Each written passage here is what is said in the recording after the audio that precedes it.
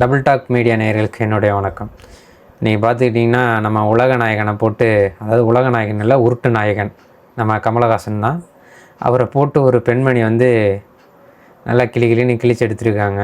அந்த சிங்கப்பெண் வார்த்தையினால் எப்படி கமலஹாசனை வறுத்தெடுத்துருக்காங்கன்னு அந்த வீடியோவை போய் பார்ப்போம். சினிமா புகழ வச்சு கட்சி ஆரம்பிச்ச கமலஹாசன் மக்களுக்கு சேவை பண்ணதா ராஜ்யசபா சீட்டு வாங்கினார். ராஜ்யசபா சீட்டை வச்சு ரோடு போடு, வேலை கொடு, அணைய கட்டு அப்படின்னு கேட்கறத நம்ம பார்த்திருப்போம். பேங்க் லோனு, கரண்ட் கனெக்ஷன், இப்படி பலவிதமான மக்கள் சேவைக்கு தான் அந்த லெட்டரை பயன்படுத்துவாங்க. திமுக தயவால கிடைச்ச அந்த ராஜ்யசபா சீட்டுனால பராசக்தி படத்தை எப்படியாவது ஜெயிக்க வைக்கணும்னு முடிவு பண்ணி ஒரு பாட்டாவே பாடிட்டாரு அந்த லெட்டரேட்ல. பராசக்தி படம் ஒண்ணு போதும், மறுபடியும் டிஎம்கே தான் ஜெயிக்கும்னு கூச்ச நாச்சமே இல்லாம ஒரு கிளிதோசியம் சொல்லிருக்காரு. அன்னைக்கு இந்தி திணிப்ப கடுமையா ஆதரிச்ச தமிழக முதல்வர் ஒரு காங்கிரஸ்காரரு. அப்பா நேரு கொடுத்த வாக்குறுதியை காப்பாத்தாம இந்திய திணிச்சு சட்டம் போடுற இந்திரா காந்தியும் ஒரு காங்கிரஸ்காரரு.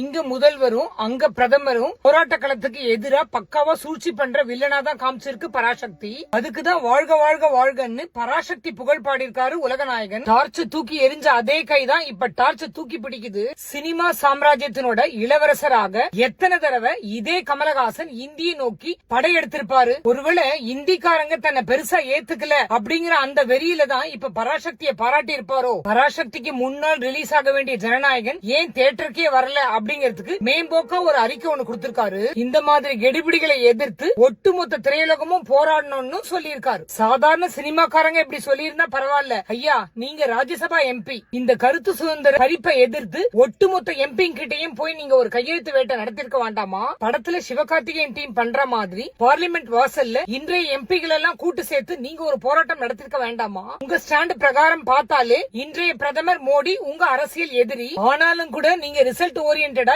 எதுவுமே செய்யல ஜனநாயகனுக்காக. ஏன்னா நண்பனின் எதிரி உங்களுக்கும் எதிரி. உங்க நண்பனின் எதிரியை சீன்றது உங்க எதிரி பிஜேபினாலும் உங்களை வளர்த்து ஆளாக்கின திரையுலகத்துல ஒத்து தத்தளிக்கிறாரு. அதை நீங்க கண்டுக்கவே மாட்டீங்க. முழு அரசியல்வாதியா மாறி திமுகவோட ஸ்டாண்ட் தான் ஏன் ஸ்டாண்ட் அப்படின்னு முரசறிஞ்சு சொல்லுவீங்க. இந்தி எதிர்ப்புக்கு சிவகார்த்திகேயன் கையெழுத்து வேட்டை நடத்தினா அதுக்கு கிளாப்ஸ், சென்சார் போர்டு ஜனநாயகனை நசுக்கினா அப்ப நீங்க போட்டுப்பீங்க ஒரு மாஸ்க். விஸ்வரூபம் படம் வெளியில வரவிடாம ஜெயலலிதா தடுத்தப்ப எப்படி எல்லாம் நீங்க கதர்னீங்க ஞாபகம் இருக்கா கமல் சார்? நாட்டை விட்டே ஓட போறேன் டும் டும் டும் டும் அப்படின்னு கலங்கினீங்களே கமல் சார், அது ஞாபகம் இருக்கா? ஒரு பராசக்தி ஓடினாலே டிஎம்கே ஜெயிச்சிரும் அப்படின்னு சொல்ற உங்க பொது அறிவு ரொம்ப வியக்கத்தக்கது. அப்படி ஒரே படத்துல ஓஹோன்னு ஆட்சியை பிடிச்சிட முடியும் அப்படின்னு இருந்தா நீங்க ஒரு படம் எடுத்திருக்கலாமே. எத்தனையோ படம் நடிச்சிருந்தாலும் ஒத்த ராஜ்யசபா சீட்டுக்காக ஏன் தத்தி தத்தி போய் திமுக முன்னாடி நிக்கிறீங்க? பராசக்தி படத்தை பாராட்டுறதுக்காக கவர்மெண்ட் லெட்டர் பயன்படுத்தின உங்க விசுவாசம் வரலாற்றுல என்றுமே நிலைச்சிருக்கும் கமல் சார். இன்னும் 4-5 விஷயத்துல இதே மாதிரி உங்க லெட்டர் விசுவாசத்தை காட்டினா போதும். இப்பவே கொஞ்சம் கொஞ்சமா லெட்டர் பேட் கட்சியை மாறிக்கிட்டு இருக்க உங்க மக்கள் நீதி மையம் மொத்தமா காணாம போயிடும்.